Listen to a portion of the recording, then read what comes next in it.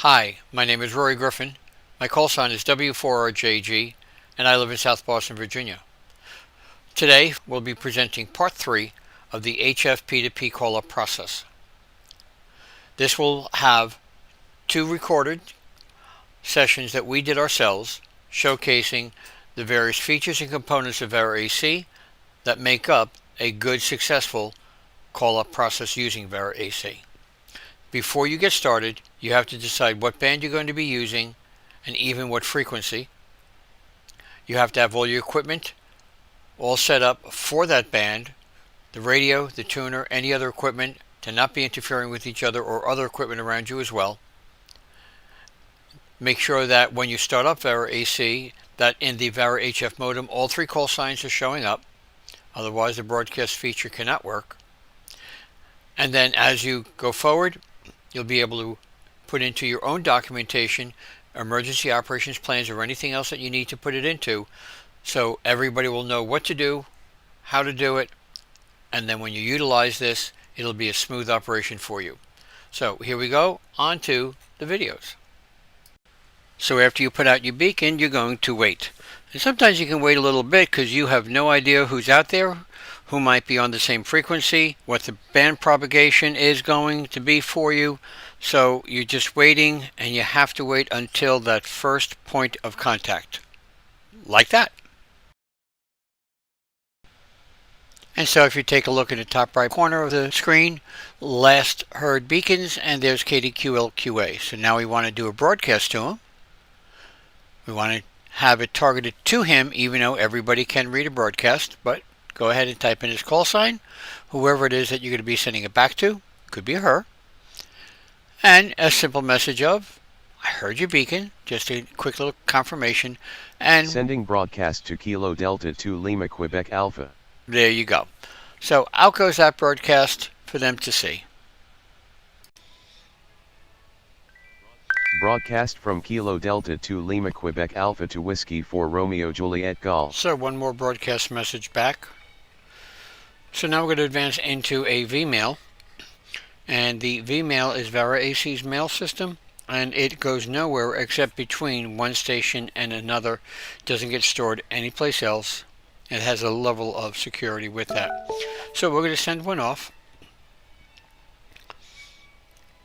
letting him know that I heard him nice and clearly.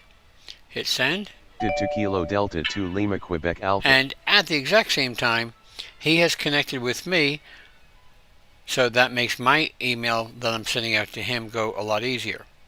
So we're going to go through, get those connections made.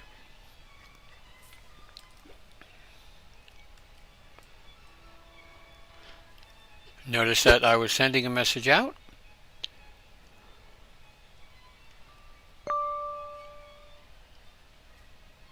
And there's still more activity going on. Of course, VeraAC has its normal back and forth with signal report messaging to make sure that the connection stays active. Vmail delivered successfully. So I've sent it out to him successfully, but if you notice in the upper right hand corner, I've also received an email from him. So we'll go take a quick look, and he's saying he saw my beacon too. So we close it. So we've now confirmed with emails, with communication, and of course the advantage of using the VeraAC mail versus the broadcast, it is solid, secure with confirmation. So now we're going to go to sounds and appearances, see what the options are. You get there by settings, appearances, and sounds. And when you get to my screen popping up, hit pause, and notice I have almost all the features turned on. And you can do the same, and then you turn off the ones that you don't want. And specifically look for alert tags. So let's set up our alert tags by going to settings, alert tags, configuration. And notice here, I already have a tag test ready to go. ETOP2P in the tag text column. It always shows up initially with a red background, white lettering, because it assumes initially that you want to set up more of an emergency type and a description of anything that you would like.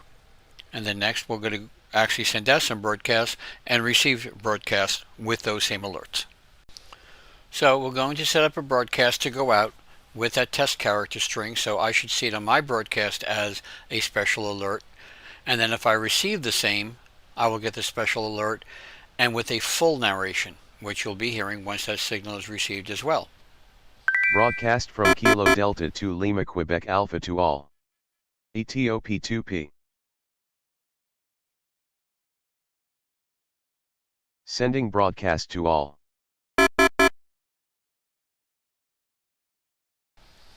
And so you can hear when I receive the message, I get a full narration. When I send it, it's a much shorter one because it kind of assumes you know what you're sending out. But the fact that it did go out with a special identified portion of the character string for notification. And so to showcase case sensitivity, I'm typing it in the lowercase so we can see what happens when the broadcast goes out, whether it recognizes that character string or not. Sending broadcast to all. And it didn't. So just be aware, every letter has to be exactly as you typed it in on your alert setup. Broadcast from Whiskey for Oscar Sierra Sierra to all. What is ETOP2P? And so here we have our friendly fun reminder that everybody's listening all the time. We were on the 40 meter standard calling frequency, so everybody got to see our broadcast, and this guy just wanted to know what were we doing and what were we about. So we were able to let him know in a follow-up message to him. So we're going to be sending a relayed email. And we have to go and say through the connected station in this case. You have to wait for some kind of a connection to set it up. And there it goes, off and running into the connected station. It's now been sent. And I also, if you look in the upper right hand side, have received a Vmail. Also, it was a relay from that guy over in the Rocky Mountains. And so there you have it. You've seen a quick run through of how a broadcast will work, back and forth acknowledging it and directing it to a target station, but also being reminded everybody can see them. How to do the Vmail and get that across, that being a more secure, confirmed way of an email message getting there using VAR AC. You've seen how we've used relay. So if I'm trying to get to, as I did, a station in the Rocky Mountains, I was able to use a station that was in the Great Plains, go to him, and that station, which was unmanned by the way, which is kind of really cool to see, got over there into the Rocky Mountain station. And then of course is the alerts and notifications. As I said, I had them all turned on so you could see how they all work. You heard all the announcements for every little thing that I was doing, because that could be important when you're sitting there, but you are also maybe doing a little something else, and that'll draw your attention back to your station and let you know that you have something to be taken care of. So, that completes the training for a P2P call-up using VAR AC. Don't forget, you do not have to use the planned frequencies built into VAR AC.